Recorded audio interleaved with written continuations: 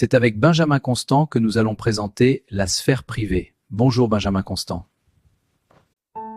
Bonjour, ravi d'échanger avec un poste moderne.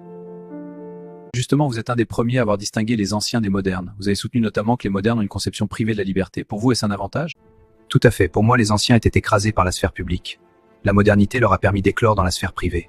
Les penseurs qui vous ont succédé ont fait émerger d'autres sphères. D'après moi, vous les avez confondus avec la sphère privée. Et quels sont ces mondes, cher ami? La sphère intérieure et la sphère intime.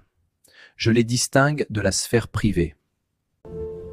Et que placeriez-vous dans la sphère privée?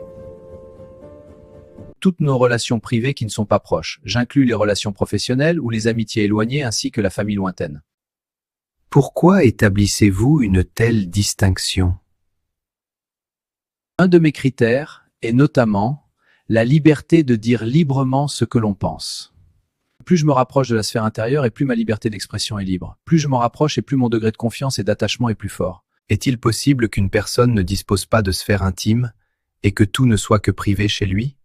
Absolument, et c'est de plus en plus le cas dans l'époque qui est la mienne. Arendt appelait cela la désolation.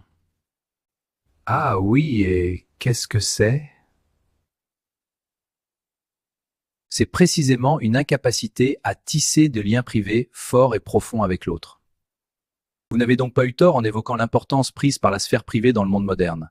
Mais notre époque a montré les limites de cette situation. L'homme postmoderne est devenu narcissique, il refuse l'autre, il vit masqué dans un monde privé et ignorant l'intime. Il a beaucoup de mal avec l'intimité, sa sincérité et sa profondeur. Il est privé de cela comme il se prive d'une véritable implication publique.